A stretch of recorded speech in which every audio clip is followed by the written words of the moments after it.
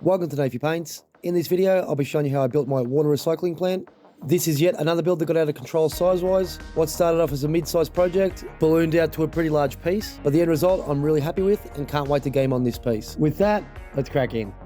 So these are all the materials I used for the build. If you have any questions about any particular bit, just let me know in the comments below. So this pancake packaging will form the base of the build. To me, it looks like some sort of water containment unit. This single piece is what gave me the vision for the overall build. I've just trimmed it up with a pair of scissors, sitting the plastic container inside the cutout. Then I glued it into position, flush with the top of the foam board, and this will form the base of the build.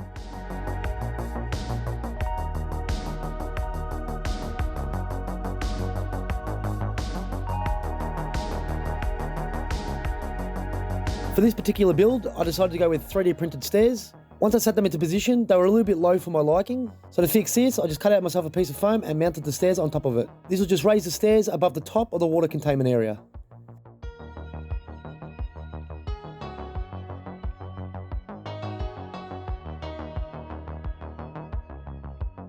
I'm going to run a walkway on top of the water recycling unit. So to do this, I'm putting down a couple of square Plasticard rods.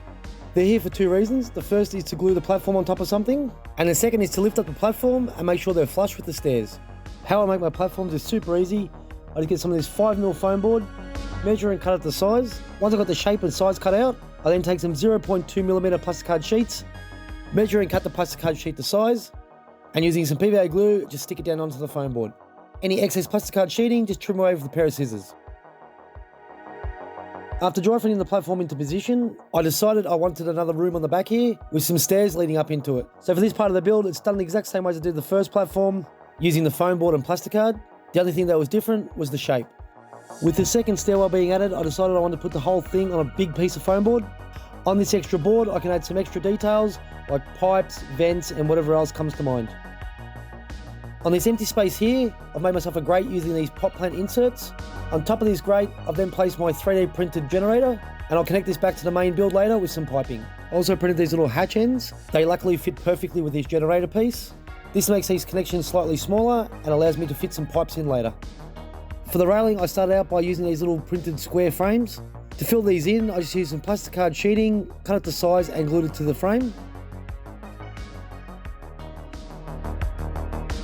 I then glued these onto the walkway, leaving some space in between. I made myself a handrail out of the square Plasticard rod, cut it to length and glued it into position with some super glue. I do this railing for the bottom walkway, and I also make the same railing for the balcony at the top.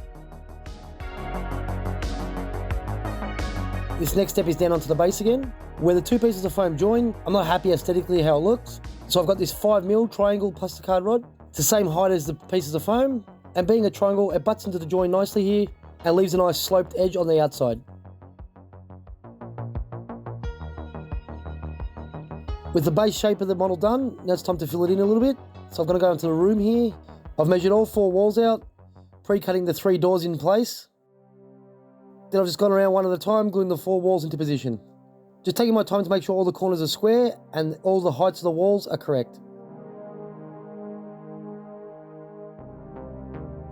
I decided to put a roof on top of this room, and I also wanted a balcony to be hanging over one side. So the first thing to do here was to put some supports into position. To do this, I got 2 L-beam Plasticard rods, measured and cut them to size, and then glued them into position. Then got a piece of foam board and glued it on top of the balcony section, leaving the main roof empty. I left the roof in 2 sections as I want to remove the middle part so you can access the room below. To reinforce the balcony, I just used a couple of Plasticard rods, gluing these to the 2 L-beams and the floor itself. Around the base of the model is a bit empty, so I glued a few little bits and bobs around there. For these pipe details, I just used my hobby knife and ruler, cut out myself a square, and then filled them in with some round Plasticard and some straws. Doing this just takes up some of the empty space and also adds some nice detail to the model. For the trimming, I just used some off-cut Plasticard sheets, cut them to size and glued them down. To add some nice detail and also reinforce this main structure, for the poles here, I just used some chopsticks. In between the pole and the floor, I just glued in these 3D printed brackets. These add not only detail but some support to the model. And on the front here, I just 3D printed these decorative poles and glued them into position.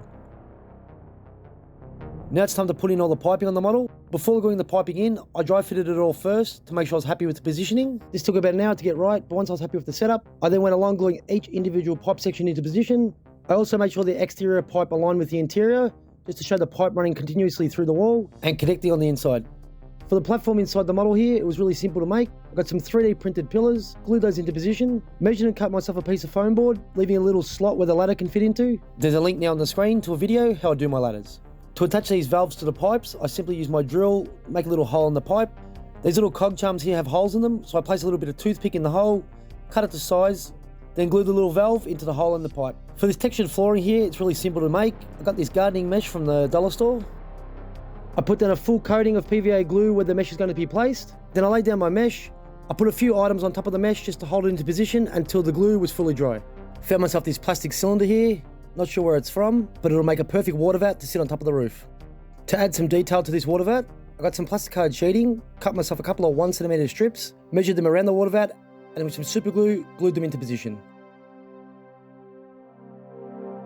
Then with some Plasticard rods, just run these up the side of the water vat, cutting the excess away with the scissors. On this water vat, I've decided to put a walkway up here, just to add a bit more detail. Making this walkway is done the exact same way as I did the others. The only difference is the shape.